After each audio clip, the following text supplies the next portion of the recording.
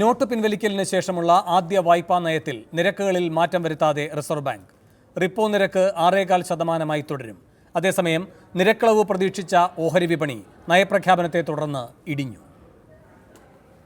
Not പിൻവലിക്കലിനെ തുടർന്നുണ്ടായ സവിശേഷ സാമ്പത്തിക സാഹചര്യത്തിൽ കാത്തിരിക്കാനാണ് റിസർവ് ബാങ്ക് തീരുമാനം. വാണിജ്യ ബാങ്കുകൾ റിസർവ് ബാങ്കിൽ നിന്നെടുക്കുന്ന വായ്പയുടെ പലിശ നിരക്കായ റിപ്പോ നിരക്ക് 6.25%, ബാങ്കുകൾ റിസർവ് ബാങ്കിൽ നിക്ഷേപിക്കുന്ന തുകയുടെ പലിശയായ റിവേഴ്സ് റിപ്പോ നിരക്ക് 5.25% തുടരും. മറ്റു നിരക്കുകളിലും മാറ്റമില്ല. റിസർവ് ബാങ്ക് ഗവർണർ കൂടി ഉൾപ്പെടുന്ന സമിതിയിലെ 6 അംഗങ്ങളും ധനസ്ഥിതി പൂർണ്ണമായും വിലയിരുത്തും വരെ പലിശ നിരക്കിൽ മാറ്റം വേണ്ടെന്ന് ഐകകണ്ഠമായി നിലപാടെടുക്കുകയായിരുന്നു.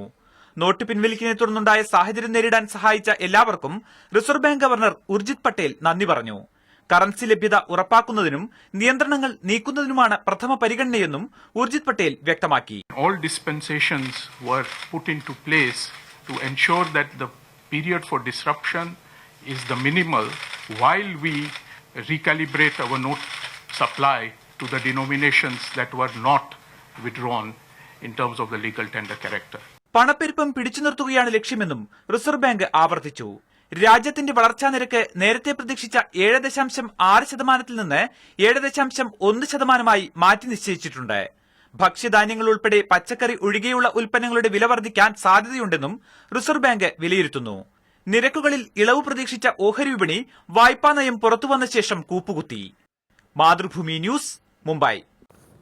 ഊർജിത് പട്ടേലിന്റേത് ഊർജ്ജമില്ലാത്ത പ്രഖ്യാപനമോ എന്നാണ് സൂപ്പർ പ്രൈം ടൈം ചർച്ച ചെയ്യുന്നത്. ഈ വിഷയത്തിൽ പ്രതികരിക്കാൻ ബി.ജെ.പി. ദേശീയ നിർവാഹക സമിതി അംഗം വി മുരളീധരൻ, CPM നേതാവ് പി കരുണാകരൻ MP, കോൺഗ്രസ് നേതാവ് KC വേണുഗോപാൽ MP, ആദായ നികുതി വകുപ്പിന്റെ മുൻ ചീഫ് കമ്മീഷണർ PK വിജയകുമാർ എന്നിവർ.